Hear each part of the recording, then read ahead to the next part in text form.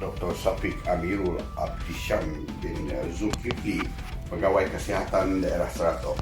Doktor, kita nak tahulah tentang keadaan terkini COVID di daerah Saratog. Doktor, boleh Doktor beri penerangan sikit kepada publik?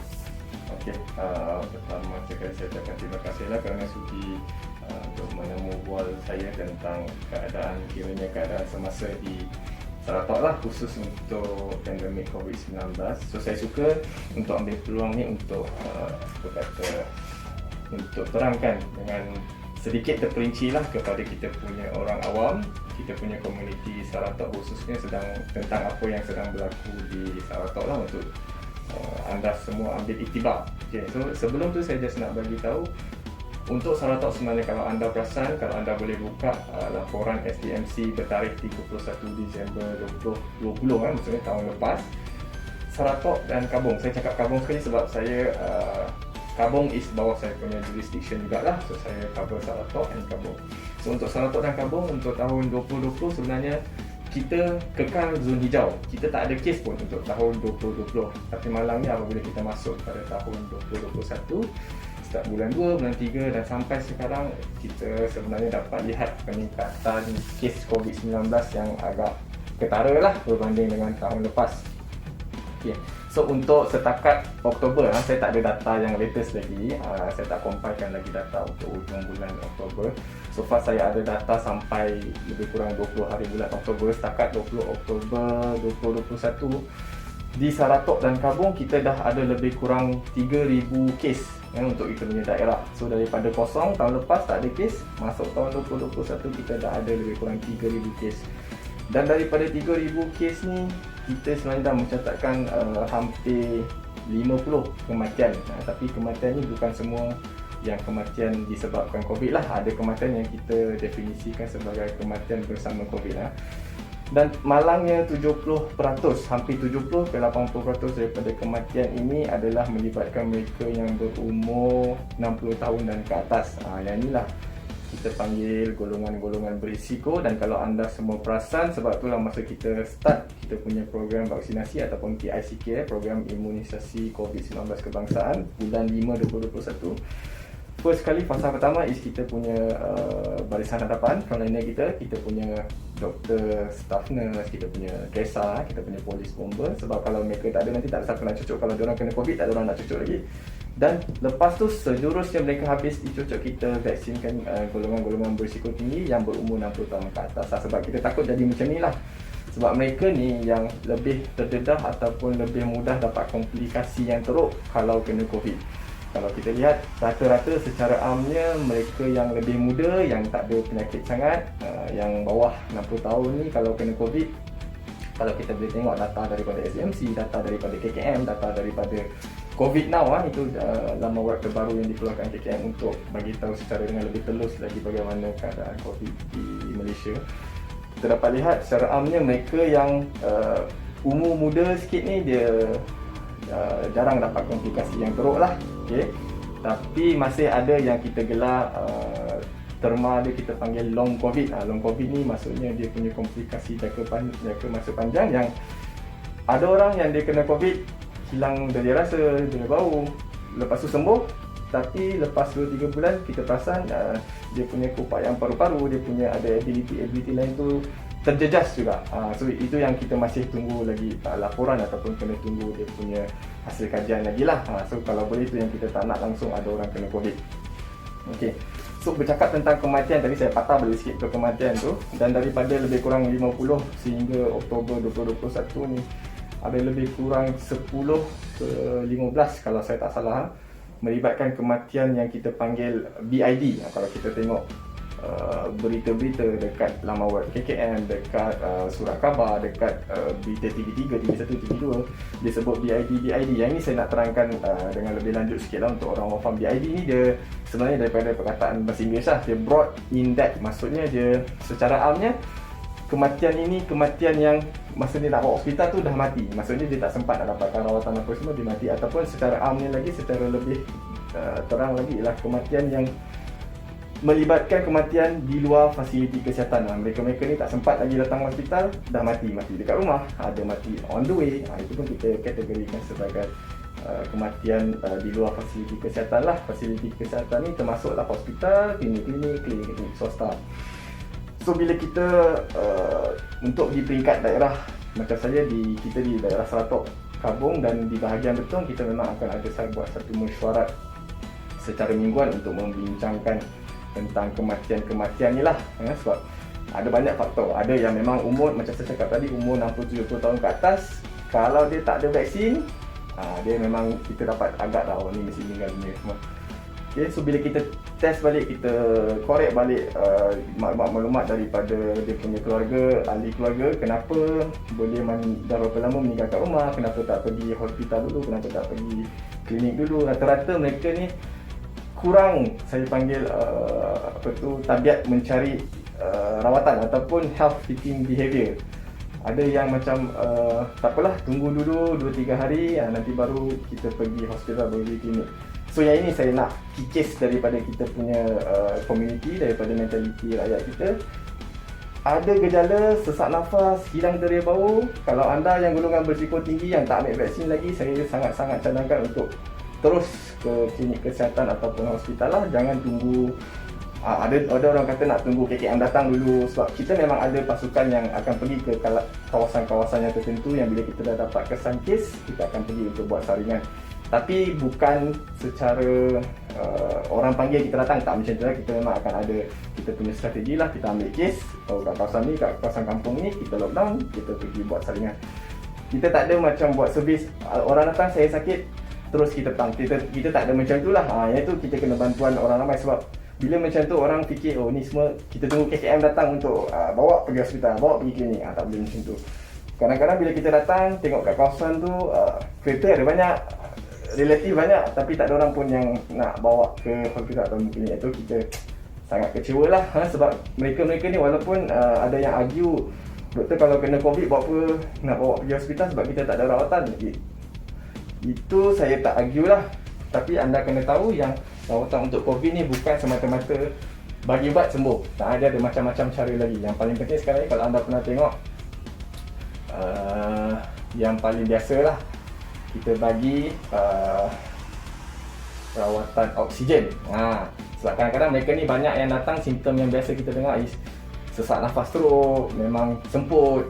Yang itu mereka ni kalau dapat pergi klinik, dapat pergi hospital awal, kita dapat bagi bantuan oksigen awal, dia punya peratus untuk survive, untuk sembuh tu lagi tinggi lah. Tapi lagi lama kita tunggu, biarkan dia sampai semalam sesak nafas, esok pagi baru nak pergi hospital, memang tak lah. Okay? So yang itu saya nak tekankan, mesti ada rasa cemas tu. Bila ada kita punya ahli keluarga, especially yang macam saya sebut tadi, yang berisiko tinggi, mereka sesak nafas je, kita dah kena alert lah. Kita dah 2 tahun duduk dalam COVID ni, kita dah kena tahu sikit-sikit tentang simptom-simptom COVID lah. Kalau dia dah nampak sesak nafas tu, okay, terus bawa ke klinik ataupun hospital berdekatan lah. Kita tak nak lagi kes-kes BID ni banyak berlaku dekat kita punya community lah, sebab tak seronok lah pergi mana-mana, kat kampung ni banyak orang mati sebab COVID, yang kita tak nak macam tu. Saya selaku pegawai kesihatan pun nanti akan dilabelkan gagal lah, sebab tak dapat nak bagi informasi yang betul, tak dapat nak ajak rakyat untuk datang ke klinik dan hospital bila perlu lah. Okay? Dan satu lagi saya nak sebut is pasal berkaitan dengan BID ni juga, apa yang anda perlu buat bila ada kematian dekat rumah. Yang ini pun saya ada mengalami beberapa isu lah, pasukan saya ada mengalami beberapa isu, sebab ada di kalangan waris ataupun keluarga si mati ni, dia tak report, dia tak bagi tahu. Okay, dia punya teori ataupun dia punya kepentingan bila anda report kematian sekarang ni, especially di waktu pandemik COVID ni, bila kita perlu proses mayat COVID tu, ada cara dia.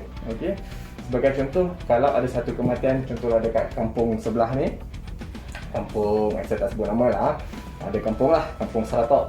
Okay, ada kematian dekat kawasan Cipulan.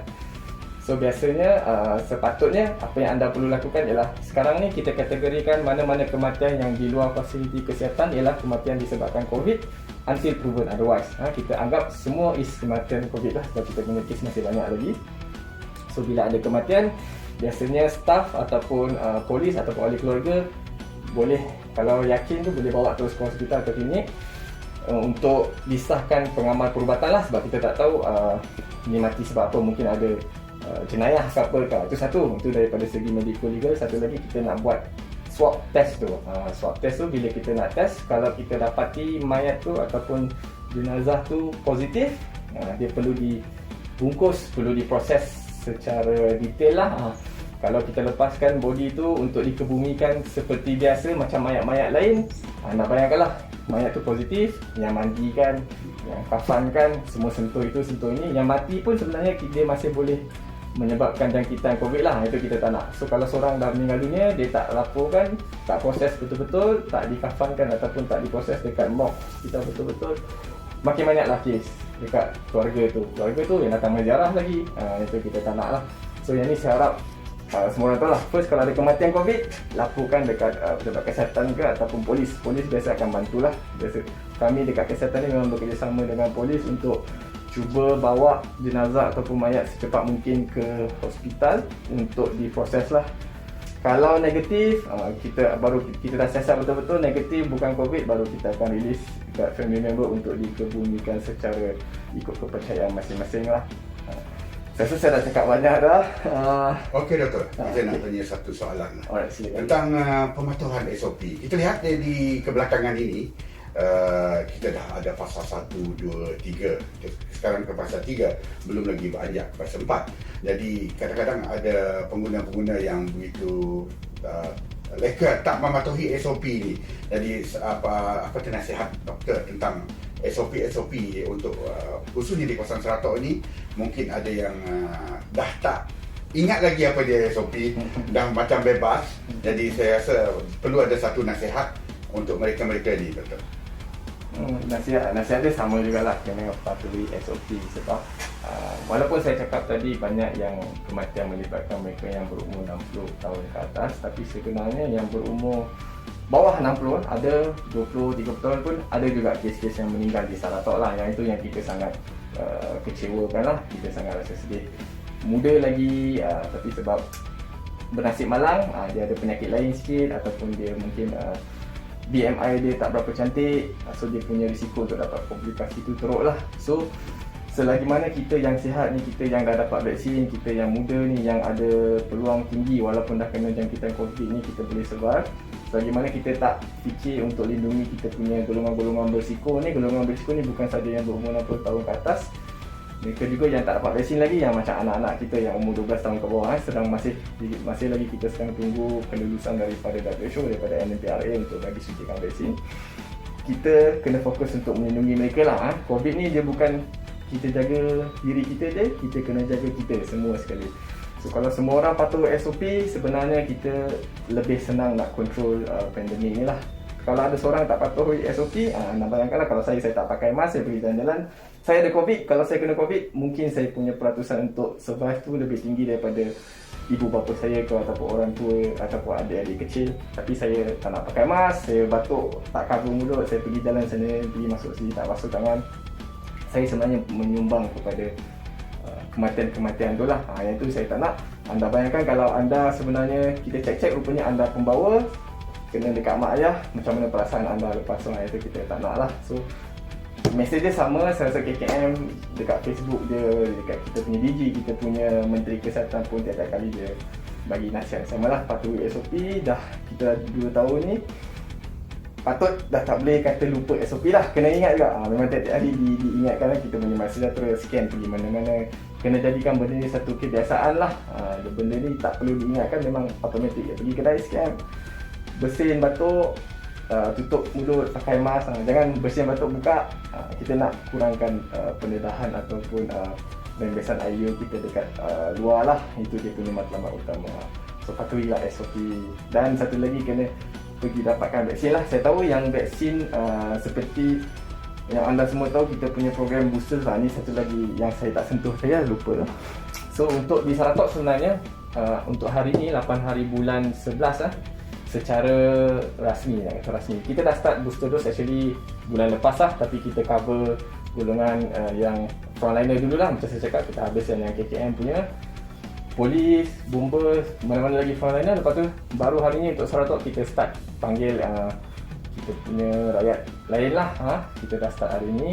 So dia akan berterusan sampai kita aim nak habiskan secepat mungkin lah. Walaupun dia tidak diwajibkan, dia sebenarnya dia masuk bawah status secara sukarela. Tapi saya sebagai pegawai kesihatan, saya nasihatkan cepat-cepat dapatkan lah. Jangan tunggu, siapa lambat nanti dia yang rugi sebenarnya lah. Tak ada masalah. Ramai orang risau sebab kebanyakan yang mereka dari fasa 2, fasa 3 ni menerima Sinovac.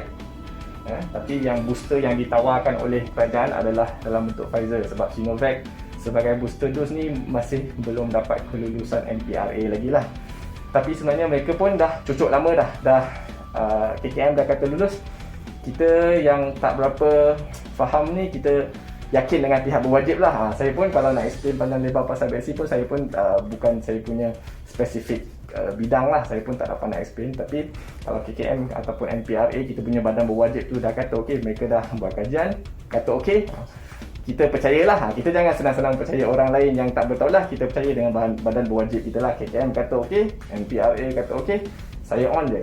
So kalau anda dapat Sinovac sekarang ni, nak pakai booster, anda layak. Macam contoh dia punya syarat dia is kalau anda menerima Sinovac, mesti lepas 3 bulan daripada dos kedua dah boleh ambil.